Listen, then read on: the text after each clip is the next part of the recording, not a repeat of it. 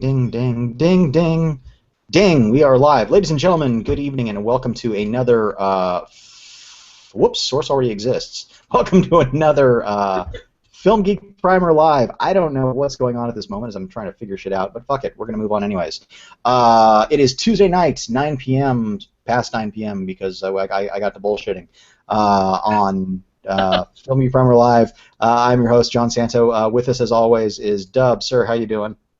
I'm doing well, thank you as always for having me. No problem, thank you. And this will be his last appearance theoretically for a few months as he embarks on a new journey in life. Yes. It will. It is a bit of an endeavor, I would say. Yeah. Yeah. Well, you know, that's not like symbolism that he's actually, or a hint that he's moving to Endeavor, the agency or anything like that to work for them. No, he's moving to the space shuttle. Exactly. Yeah. He's just giving tours down at the museum. Yes. Museum. Which would be a pretty decent gig actually. Also, of course, Shu, Mr. Schuster, how are you, sir? I'm doing all right. I'm very comfortable tonight. I don't know how I got this. I don't know how I got this idea, but it seems to work fairly well. Yeah, very. Very relaxing. You don't look comfortable. I think I'm going to completely co-opt this idea and call it my own. I do like how I cut back and forth and you guys are facing in opposite directions, where it could almost be. It's a shame that you don't have like the same style of bed or something like that, Shoe, so it could kind of look like you guys are like toe to toe. What it needs to be is to be able to pull back and reveal they're both on the same couch. Yeah. It's like, what's that movie where they got by the censors having them in the same bed? They were on the phone and they had a split screen. What was that movie? Was it a Rock Hudson, Doris Day type of thing? Yeah, it might have been. Yeah, but he didn't want to get in bed with her anyway. Yeah. Ooh, ouch. Because apparently, Doris Day belongs on Aaron's Island of Hate along with Chris Robinson. No, I was just taking the piss out of him. Take that, Doris Day. She's been asking for it. She really has. Really. Honestly, I mean, she's just been flying too high to not, get those wings clipped just a little bit these days. Sounds like swinging for the fences on his final show. Oh yeah. He's knocking down the big wigs. I mean, whenever you go after Doris Day and Rock Hudson, I mean, boom. Look out. Yeah, this is where we're starting, but you can be sure by the time we're done, I'm going to burn this motherfucking house. That's how this ends, people. Yeah. That does not surprise me. And of course, finally with us tonight for the spoiler is Warren. How's it going, sir? I'm good. Good. I'm good. Lounging. The original lounger. He's OL. I'm the OL, the original lounger. Everybody else is just a poser. I don't know what this means. I'm pretty sure John will steal it from me pretty soon. Sooner than you think. I just love the idea, like, everything he does, every episode, just is co-opted by you. So next time he's got a hat. Show after that, you've got a hat. It's just like... I know, we all like in the same clothes pretty soon. Shoe's got the toupee on next time and shit like that. He's just going full bore. The exact same headboard and everything. And this sub is the greatness that you're going to miss. Yeah, then it starts getting creepy, and there's like pictures of your kids behind him. Carved into stone with like his face taped over your face. It goes very single white male on this thing. Plastic surgery. He converts to Judaism. He's just reciting the Torah. I haven't really been that Jewish in a while. It started out as a joke, but now I am really sad I'm gonna miss that. Sounds awesome. I would so watch that show. That would be my total Truman Show. I would love to watch Drew slowly go off Warren's life. Stuck watching this one. Oh shit! That got me right where it hurts. You know what? That hit me right in the absurdities. Right in my absurdity bones. Anyway, yeah. Okay, well, on with the mediocrity of tonight. All downhill from there. Yeah, it pretty much is. Okay, so really quick, actually, I saw. Did anybody see anything this weekend? No. I saw something called The Signal this weekend. I think it's called The Signal. I saw it off some streaming thing. Oh, hey, Warren, do you want to play the theme song? Oh yeah, we need a new theme song.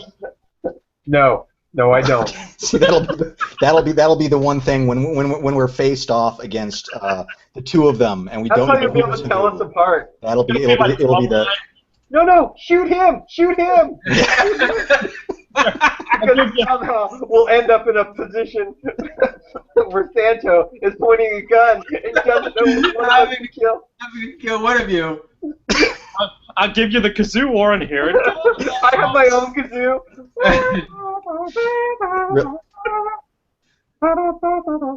That's actually pretty good. Now I don't. I'm not sure who's who at this moment in time. Yeah, I'm really not sure who's who at this point. Anyways. Oh, I like to see go Giants. So, Shu, go ahead. You're a pretty cool dude now. Give us the theme really quick. I really turned around on my feelings. Oh, wait, he just did the theme song. Okay.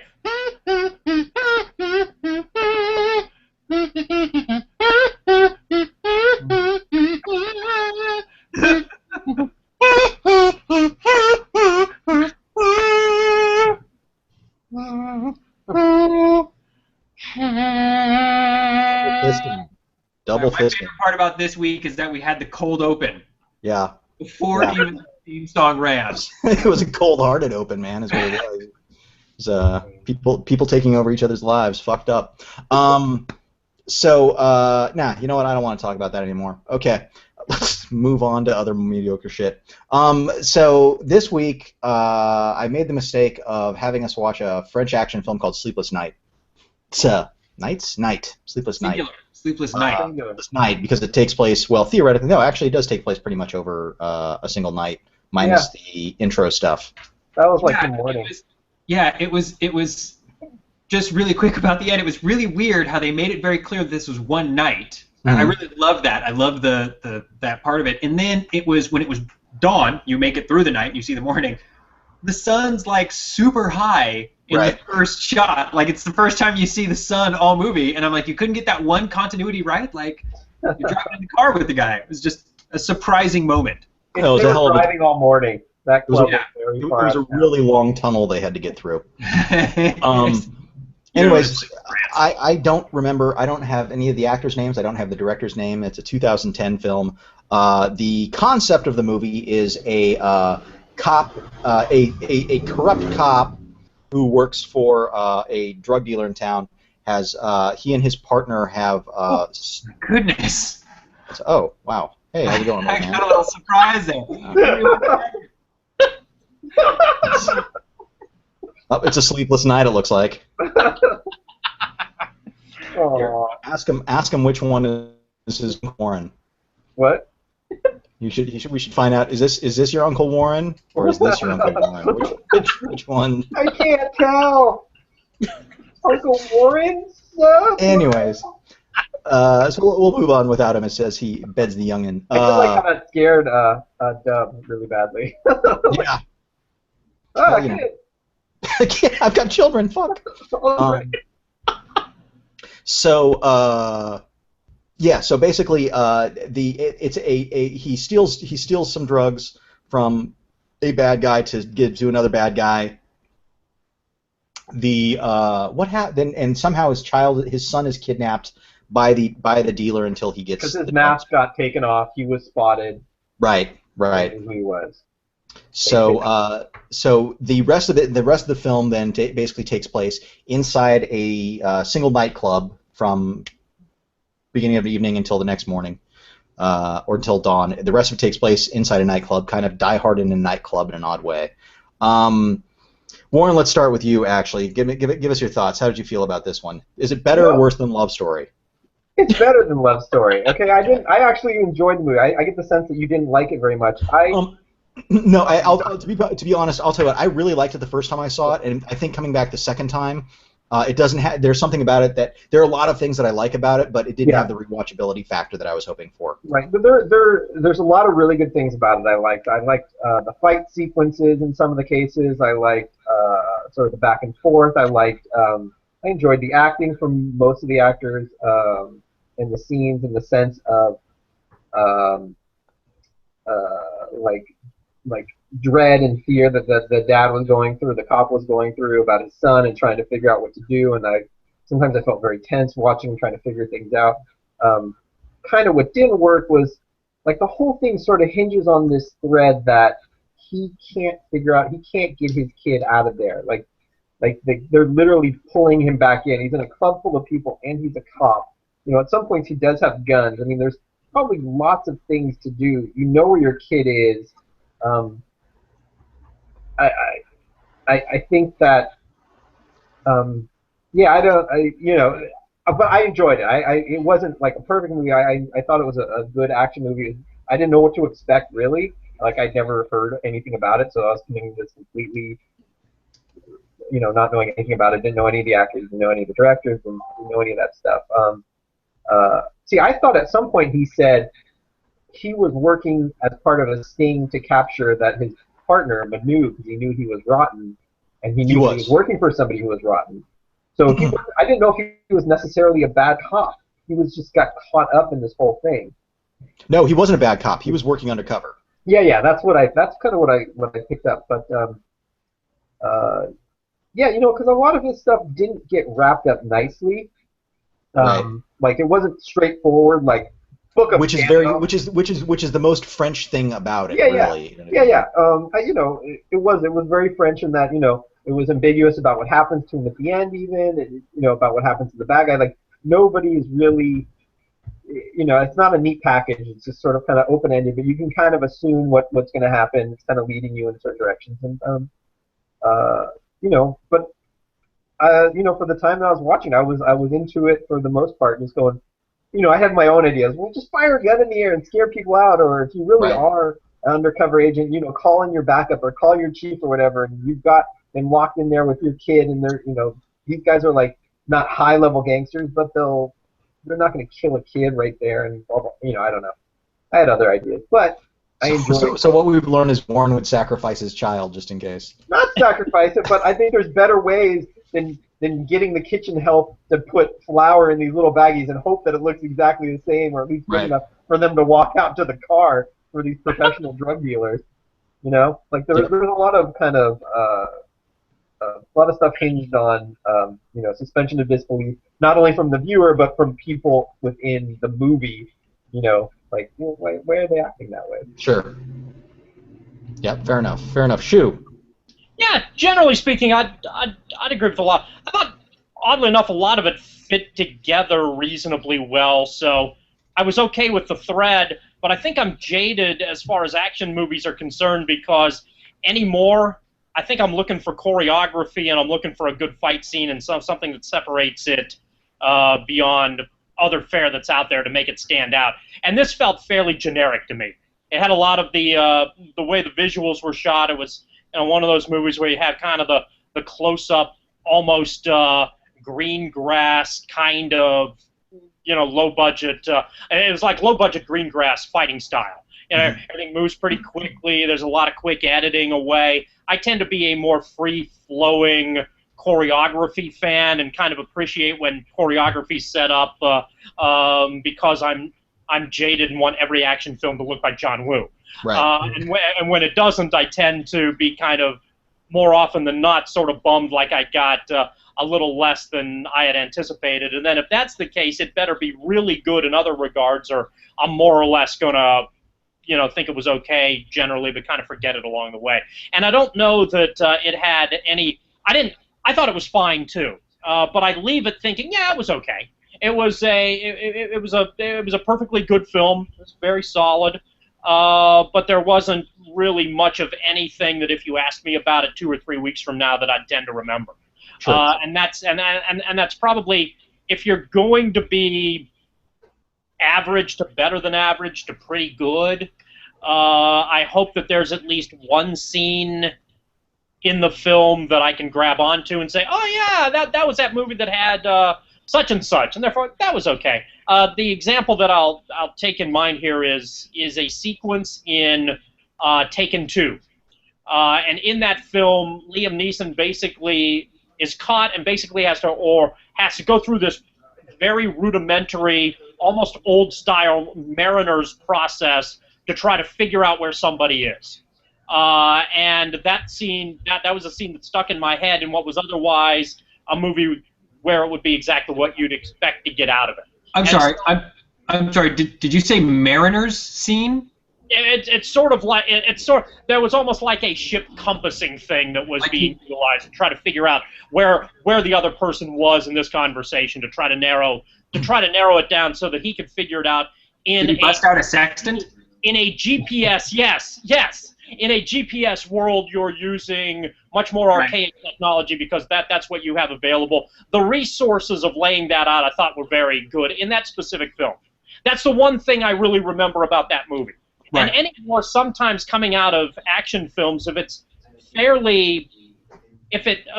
action film can be okay, but to get beyond okay, decent, pretty good, I hope that there's something that I can grab onto. And this really ultimately wasn't a movie where that existed. So it falls under the category of, maybe any of a number of action films that are probably streaming on Netflix at the moment. Fair enough. Dub, let's hear your thoughts. I really liked it. I sound like I certainly liked it more than Shu. I think the fight scenes and the choreography, while they were sort of green grass light, I'll give him that. Or I would go so far as to say green grass-esque.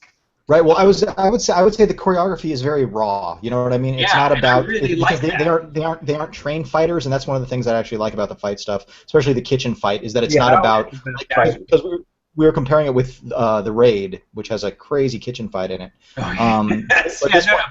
This is different.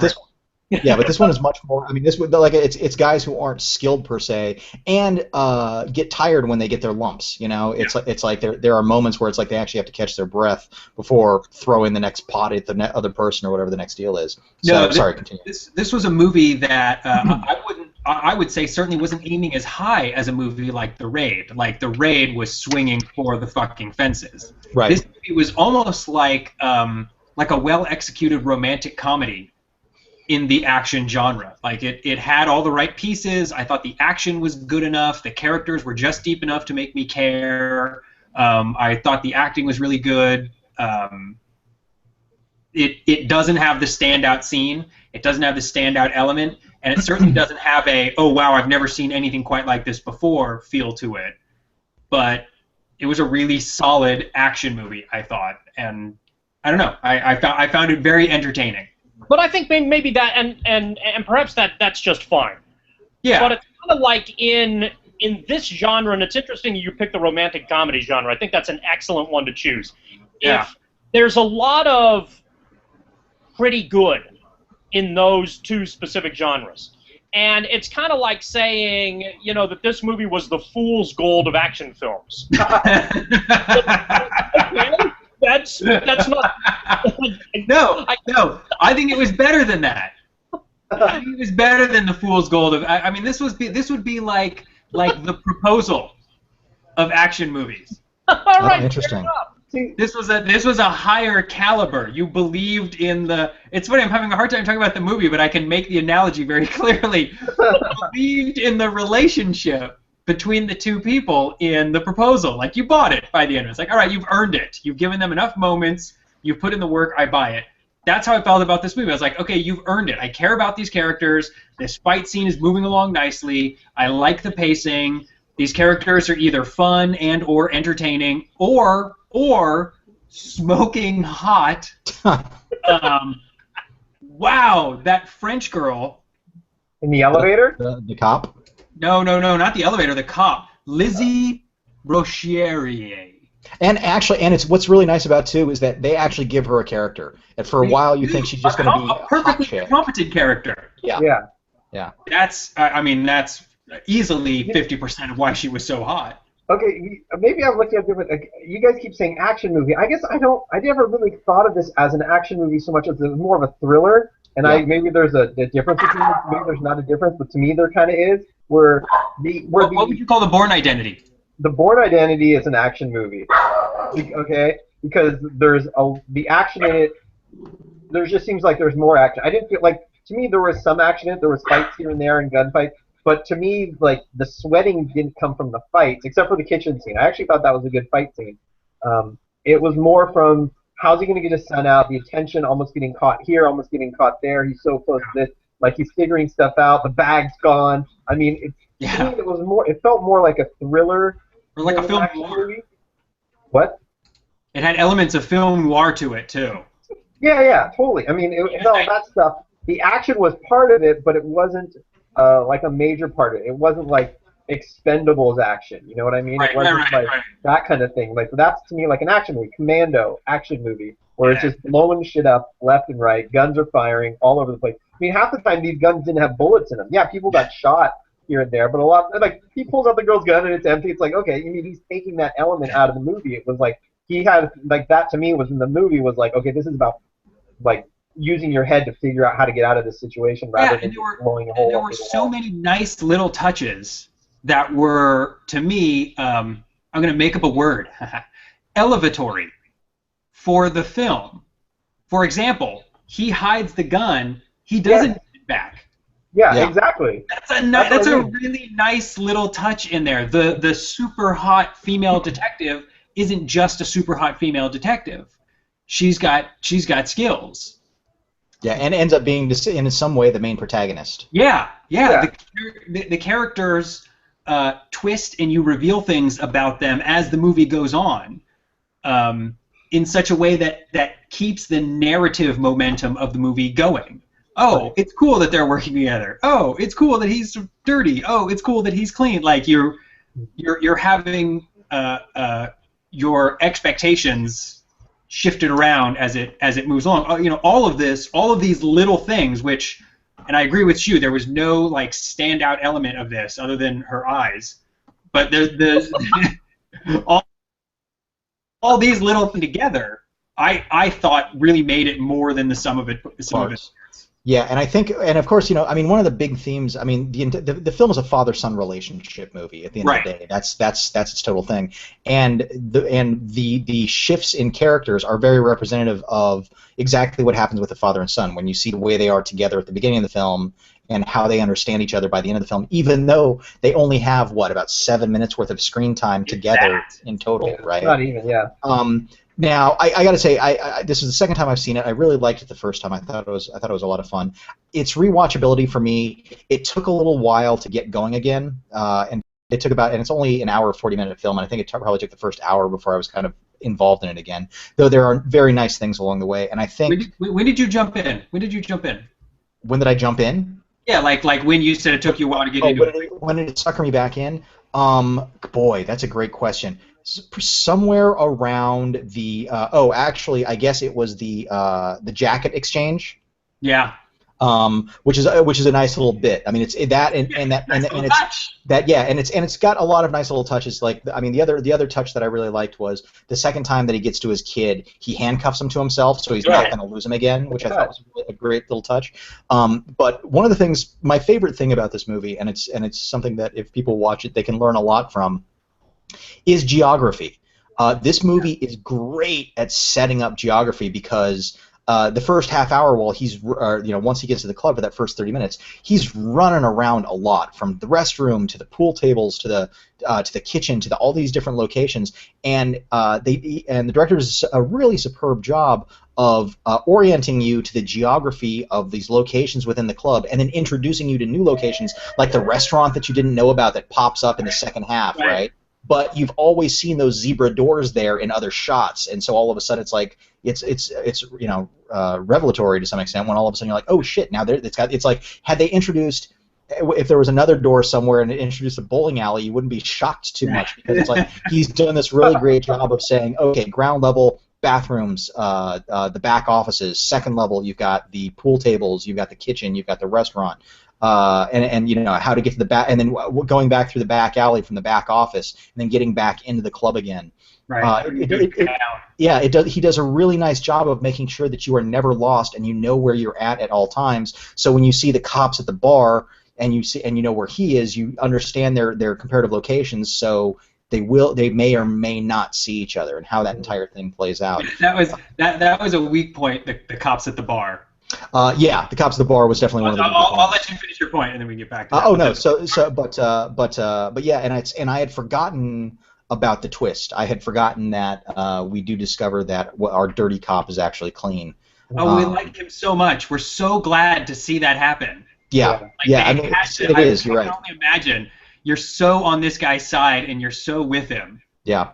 And the movie would be so like nihilistic if this were a dirty cop trying to save his son. Like it just did not seem like that kind of movie. Yeah, and you always know where people are. Like, so you have the drug dealers that come in to pick up the drugs from the guy who owns the club. So you basically have four drug dealers. You have four groups exactly, and they're not big time dudes. They're not anything like that. They're workaday guys to some extent. And they've even got you establish the difference between the two drug dealers because of was one of them Dominican? Was that what the angle was? Jamaican, right. So you've got, but you're always understanding where each group is all the time. I mean, he's really good, kind of, and keeping tabs on folks. So you're never away from somebody too long that you forget about those characters. All of a sudden, you come back and you're like, oh, sure, that's the bodyguard of the other dude. It's good to see him. And it's such a confined location. The idea that you've got that many different groups with that many different motivations navigating around in there and constantly colliding. But it had to be a club. It had to be a nightclub. It had to be something where there was lots of people where they could like move around like that. I mean, yeah, like John said earlier, it's like Die Hard in a nightclub. Yeah. But it was I thought it was more than that because you had so many different layers. But I want to go back to that moment with the cops. So in an action movie like this, you expect a lot more thriller. Okay, in a thriller like this, you expect a lot more stupid. Like you're just waiting for the ridiculous sort of plot device or the bizarre and unexplained turn of emotion or something. You're just kind of waiting for it to happen. And the only time something really weird happened where you're thinking to yourself, why would they do that? Is the cops are sitting at the bar having a drink. They are neither looking for their suspect nor calling for backup. Right. Like they're not like they just. But you understand later why they're not calling for backup as well. Right. Like totally weird and totally suspicious. She says something, but they're still not. I don't know. They're not doing anything. It was a weird sort of down moment for like 8 groups of otherwise very active individuals. Yeah, it's. I like the scene when he turns off the power and they're running out. And everybody takes out their cell phone to like light the way. Yeah, like that was a great lit bit. by cell phone. Yeah, I thought that was really cool. Yeah, that was a really nice modern touch. I mean, because that's exactly what would happen in that. Exactly, you know that the guy was like hanging out in nightclubs, and you're like, what would happen? Also, whoever this director is, all right, we got to know because he handled modern cell phone usage so deftly. Yeah. Like who was calling who from whose phone and why to the point where it could be a little trap set and who whose last call and what they said, and I was so impressed with it. And another thing that helped, one of the ways that they delineated time that I really liked is that where the kid is being kept, there's a leak in the roof, and so they put a bucket there. Yeah, and filling up the water. You see the bucket getting fuller, and it's not like they never draw attention to it per se. It's like the kid is sitting next to it, so it's like he'll be spinning by it, and then you kind of see the bucket now halfway full, and near the end of the film, it's like just starting to kind of like tip over the edges. Yeah.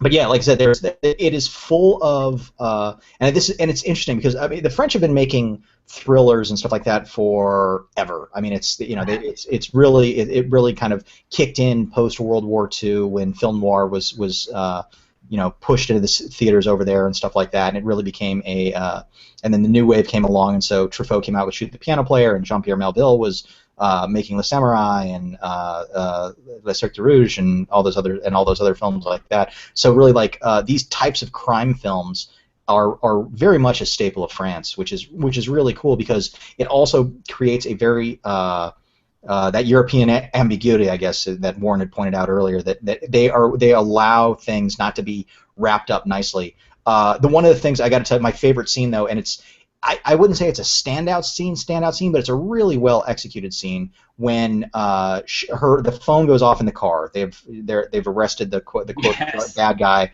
and they're in the car, and the phone goes off, and she picks it up, and the real corrupt cop is in the back, and you've got somewhat of a shootout, and it's this whole car wreck, the whole sequence.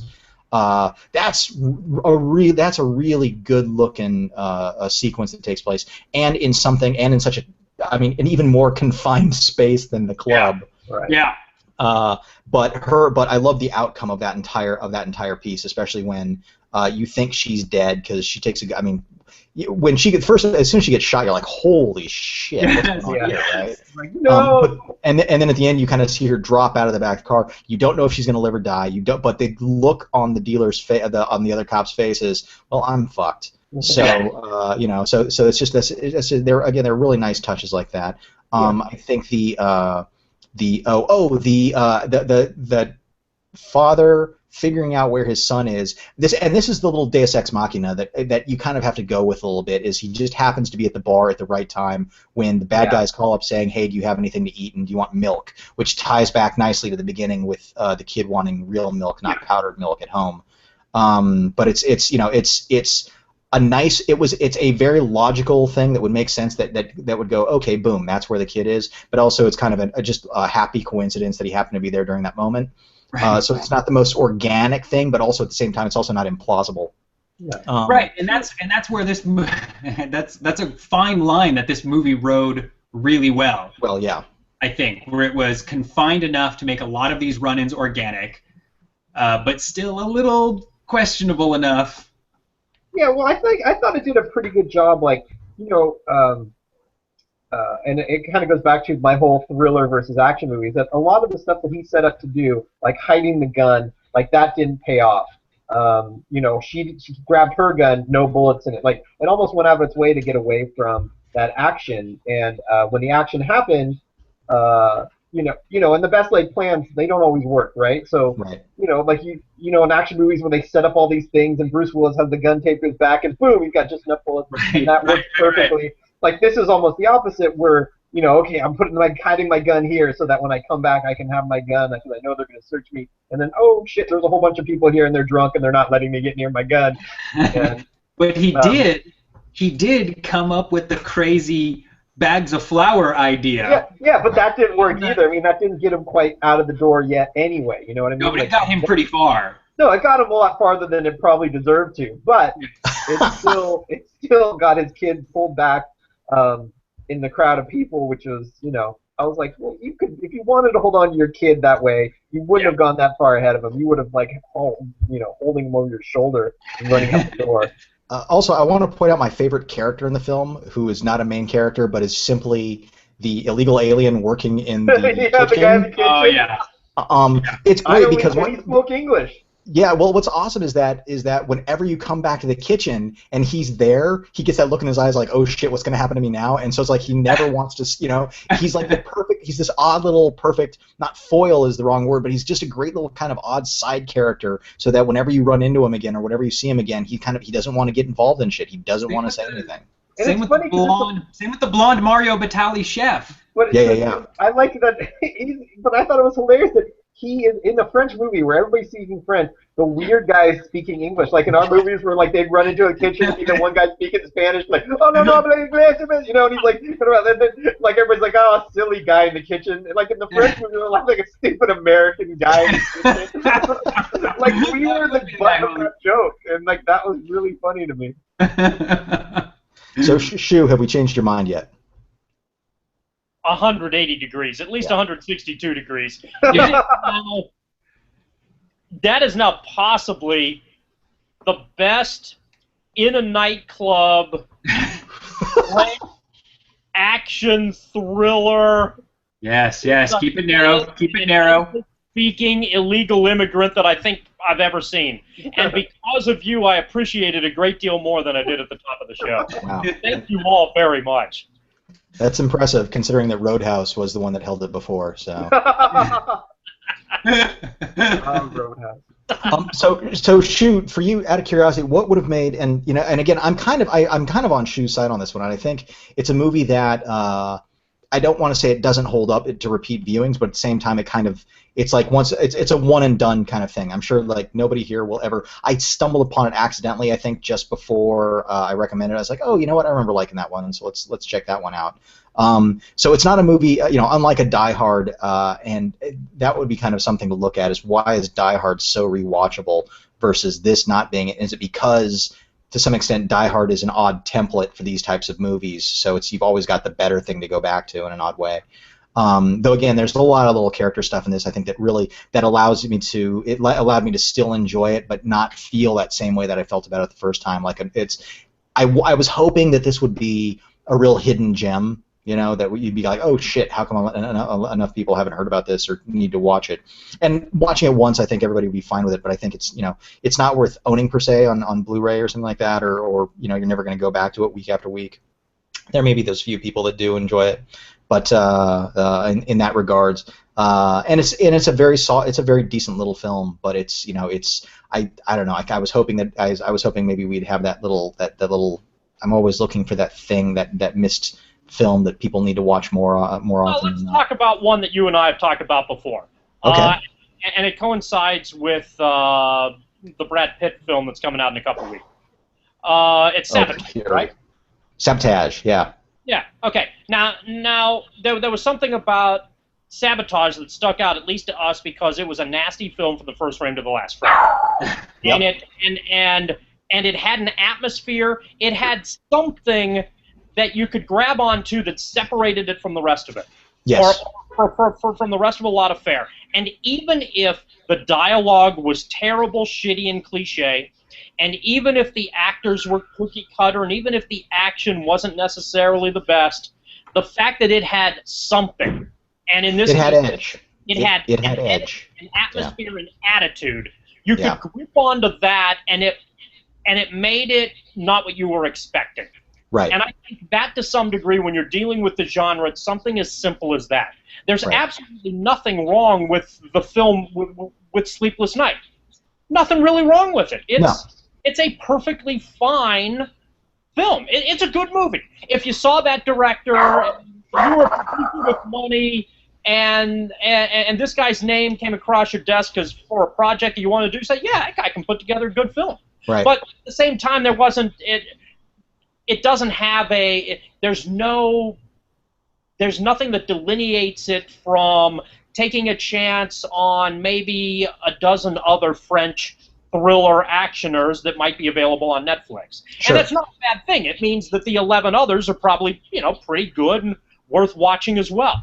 It's just, but that to me was part of the thing that that kind of detracted from it. If I'm gonna, I don't want to say, if you're looking for something within a specific genre, whether it's, as Warren suggests, thriller, or whether it's action, whatever whatever you want to call it, there needs to be something anything that you can grab onto. And if it's not there, then it becomes sort of a generic genre piece that, while well done, kind of falls into the river of seemingly hundreds of thousands of other generic genre pieces that were done reasonably well too. And I think in the end, that's the thing that, there really wasn't a whole hell of a lot that stood out for it. Whatever that thing is, pick it, find it. Maybe you were lucky to come across it, but that's very often the difference. I think if, for instance, we'll use Sabotage as an example. I think if you watch Sabotage and you watch this film, you could argue that Sleepless Night is a better movie with more consistent elements across the board. Yeah. But it's kind of like a B film in every category, okay? Right. The acting's a B, the dialogue's a B, the action's a B minus, the setups are a B, the sequences are a B, the characters are B. It's just kind of like, oh, okay, that's all right. But you could argue Sabotage has dialogue's a D. you know, the acting is C- at best and cookie cutter and ridiculous, but son of a bitch, that atmosphere is an A. Yeah. And it is. attitude is an A, and that dark the fact that it stuck to something from frame 1 to the end is an A, and I can grab onto the A even if a lot of the other shit isn't as good. So, to some degree, you're arguing overall consistency against something that you can find that makes it stick in your head a little bit more. Sabotage definitely has its own heartbeat. Now this is very interesting. If the cop turned out not to be a good guy at the end, if it was much more nihilistic, as Aaron had suggested earlier. Directed by the Hughes brothers. Directed by the Hughes brothers, yeah. Do you think that might have supplied it with the heartbeat that you're looking for? Maybe. I mean, it wouldn't have hurt. Yeah. Would it have been enough to carry it through and separate it? I don't know, but it wouldn't have hurt. So. Yeah, I don't know. There atmospherically, in the end, it was just like a lot of other stuff that I've seen. And again, I don't mean that as a bad thing. I think it's I think it's perfectly fine, but I don't consider it something that I'm really going to remember that much 2 weeks from now. Competence is good, but I don't remember competence. Any more the more movies you watch, you remember something special, even if that little special element is kind of covers up the warts that the film may have otherwise. Gotcha. Fair enough. On the... I just wanted to say, it sounds like, was it Howard Hawks who said that you want to have... 3 good scenes, no bad?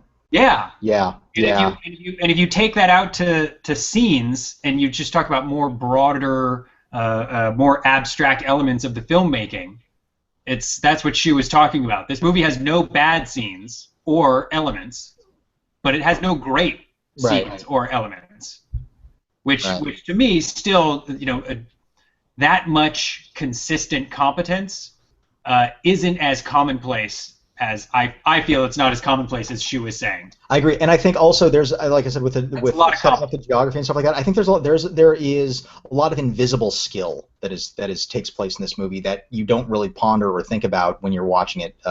When you're watching it through just casually or on a general basis. If it holds up. Yeah, and I'd say leave it alone, give it a year or so, and they go, oh, I remember liking that one, and then watch it again because it's been on streaming since the day it came out. I feel like this guy is a better director than the Sky Captain director, if we're going to refer back to our other. Oh, yeah. Movie. I feel like he's better than Love Story for the most part. I mean, maybe the material on that was really bad, but I felt like the director knew what he was doing, and it's, to me, a good director is like, maybe if I don't notice things right away, but if I'm thinking about it, I'm like, oh, so that's what that was. Like, obviously, that's how he meant to do it. And that's sometimes I think if I notice it right away and it's so obviously in my face, and I think that's a bad director. Right. But when I'm thinking about it afterwards, I'm like, oh, that's what that means, and that's clearly what that means, and yada yada yada. Mm-hmm. So I think the direction to me was a lot better. I think some of the story kind of, again, fluctuates a little bit, but and again, but I'm not saying I will remember this movie in a few weeks from now. I mean, I'll remember things I liked about it, maybe stuff like that. But there's lots of movies that I don't remember until I'm reminded of them later. Sure. Yeah. So okay, then let's go to our little final recommendations. Yes, no, and for who? Dub. I would say anyone looking for a good thriller or action movie. What I would say is if you liked the style and European flair of the Bourne movies, or the first one anyway, you would probably enjoy this. Fair enough. All I have to say about that. All right, Shu? I'd say sure. But again, I'd actually be curious to see what else is out there as far as Netflix action streaming is concerned, and maybe some of those movies hold up about as well. I think it's perfectly fine. And I think there's something to be said about first frame to last frame competence. But I think this is a director who deserves other gigs. He's clearly good at what he does. But yeah, I mean, if you want to kill it's kind of weird. It sounds bad because I say, yeah, if you want to kill 100 minutes, this is a perfectly legitimate way to do it. And it sounds like that sounds like a slap in the face, but because I think it was it was a good film, but Right. you know, ultimately in the end, there isn't anything that separates it from a lot of other stuff. Sure. Fair enough. Fair enough. Warren. I would not recommend this to somebody who wanted an action movie. But if somebody wanted a good thriller, I think I would recommend it to them. You know, I'm serious about that. That difference. To me, there's a definite difference. Like I would, you know, like if you want to go into an action movie, you know, you give them The Raid. I'd be like, go see The That's Raid. true. That is an amazing action movie. If you want to see a good thriller, go see The Hunt for Red October. That is a great thriller. Keeps you on the edge of your seat. And this movie kept me more on the edge of my seat about what's going on as opposed to the gunplay or the punching and the fighting and stuff like that. So. Right. So, like a good action film, you can almost to some extent find the story itself relatively disposable at times. Yeah, as long as the action keeps you there. The physicalness on the screen is something you can see, whereas in a thriller, there's more suspense, I guess is what. Right. It's better. Nice. This is, to me is a good thriller, and then I'd say to somebody who's not for straight up thrillers, it's a little more European, but it's not super French. You know what I mean? Like, it's not, you know, it's not that it's not so out there or doesn't it doesn't. I think an it's American completely accessible. It's a Yeah, an perfect American audience can enjoy it. Yeah, a shot-for-shot remake of this movie would do very well in America, I think. Yeah, it is completely accessible. So if you're a fan of American thrillers with a little bit of action tossed in, you can impress people by watching it, saying, "Oh, I watched a French film last night," and they'll go, "Wow, that guy's got culture." When really it's just but yeah, it has just enough of French filmmaking sensibility to it and storytelling techniques that it definitely makes it different than something else you'd be seeing. I'm trying to think of anything that it might compare to on an American level. It's definitely, I like it better. I say I would probably like it definitely better than a Taken 2, but I guess a Taken 2 is more of an action film. I'm trying to think of like thrillers, more recent thrillers. But it's quickly paced. What was the recent Bourne movie that wasn't Bourne? Oh, Bourne Legacy? Yeah. I didn't see that. I missed that. Yeah, there's a couple really nice things in Bourne Legacy. The Bourne Legacy definitely falls under that. Bourne Legacy, I guess, kind of to some extent falls under this same level of thriller. You'll watch it, you may like it, but you'll forget about everything about it within. Probably within 2 almost days. have to compare this not to the Bourne spy genre, or the Red October spy genre, but maybe more like a Training Day sort of thing.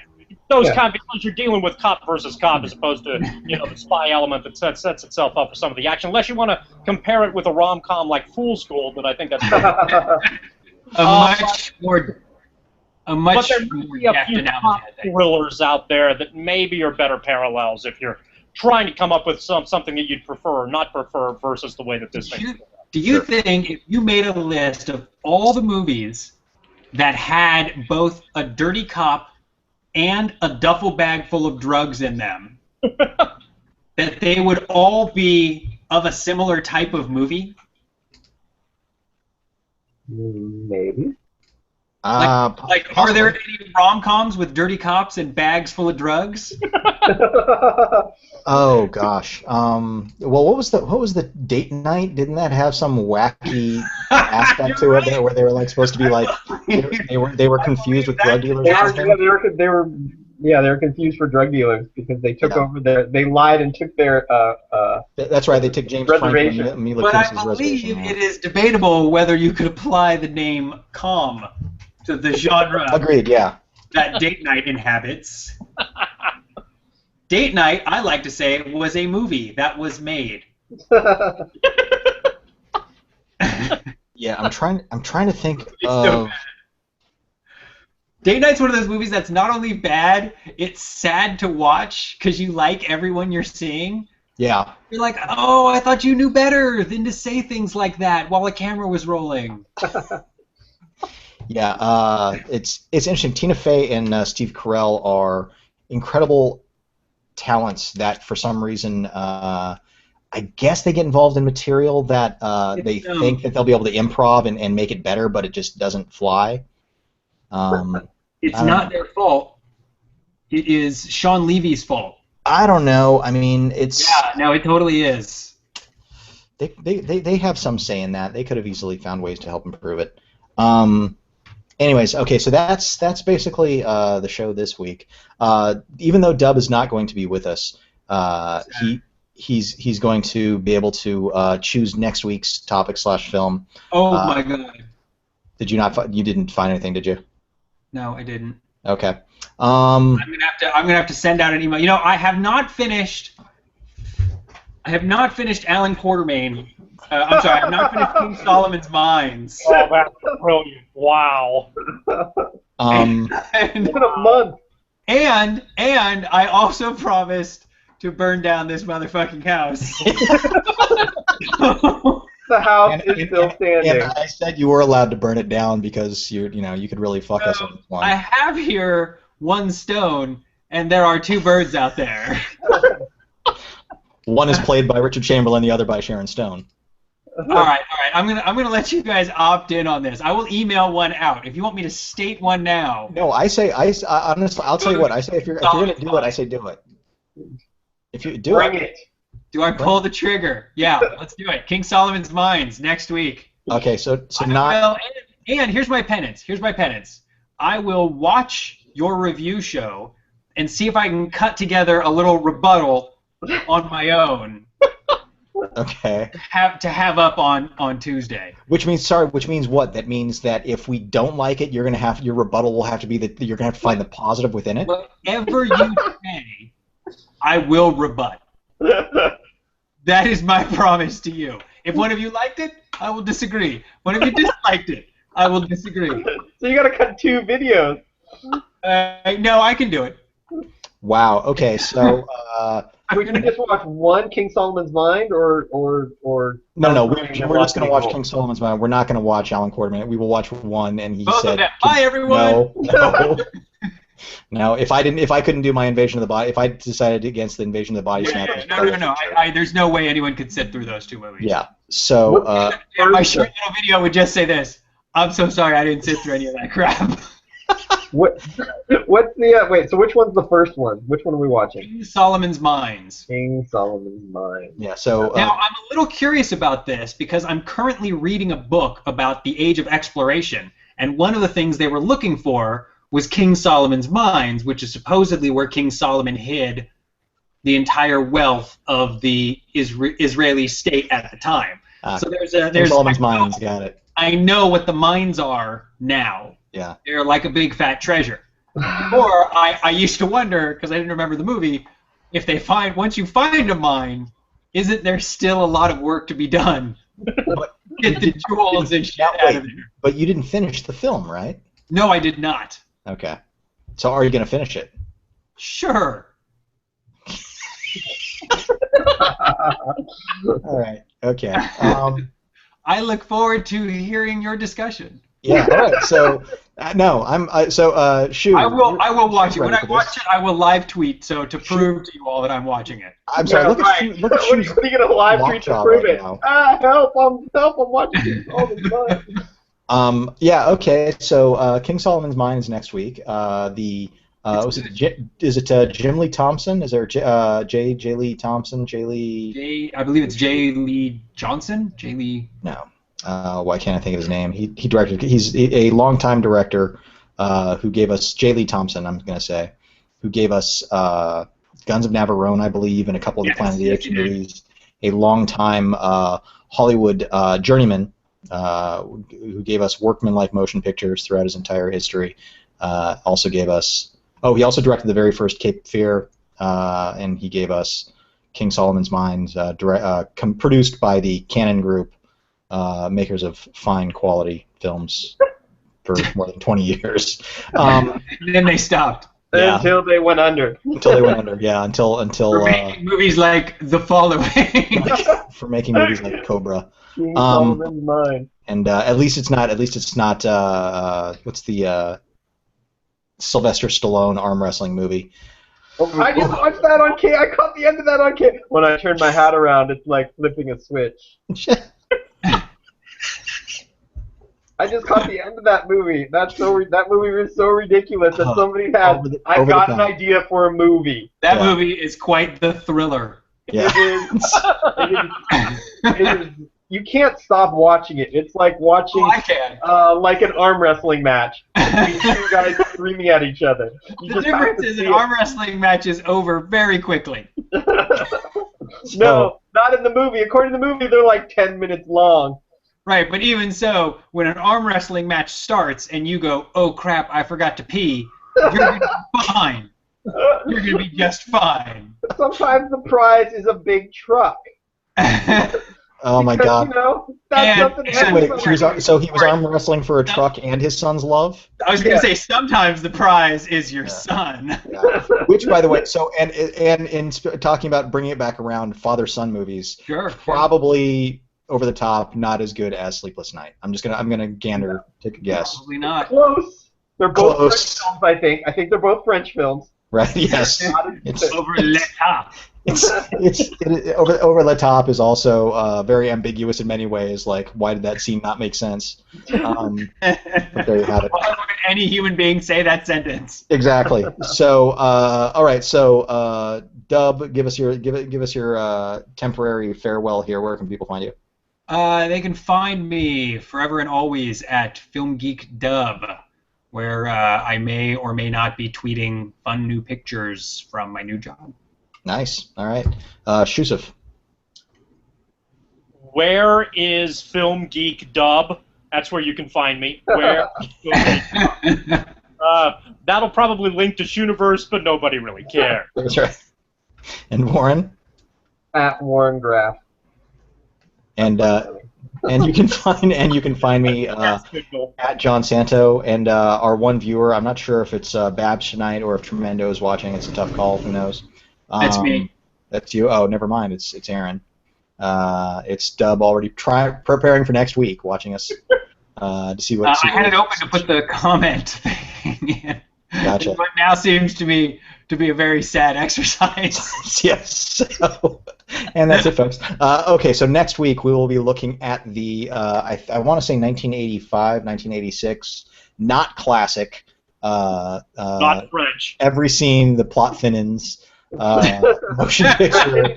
The Mystery Science Theater one. No, plot thinner all over. The plot thinnens, yeah. King Solomon's Mine, starring Richard Chamberlain and a then young, aspiring starlet Sharon Stone. She's so awful. Come on, really? Shocking. Oh my God, she's like who's the girlfriend in Temple of Doom? Kate Capshaw? Yes, she's Kate Capshaw bad. Just in the first. Worse than Kate Capshaw. Yeah, we'll find out. We'll know next week. We will know 7 days from now. I'm watching tonight. I'm doing it. Oh, that's right. I've gotta He's play. He's going to take us out because he's already looked up King Solomon's Mine. He's going to watch it as soon as we go off the air. I've already started watching it. It's that French.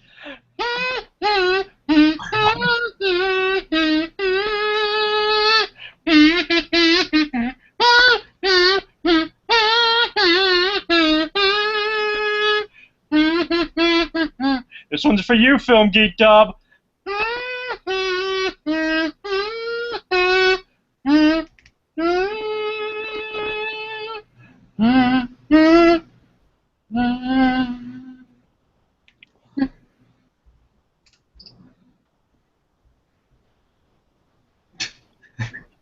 I was just gonna hold on your face for about a half hour. Okay, that's it, folks. We'll see you next week. Adios.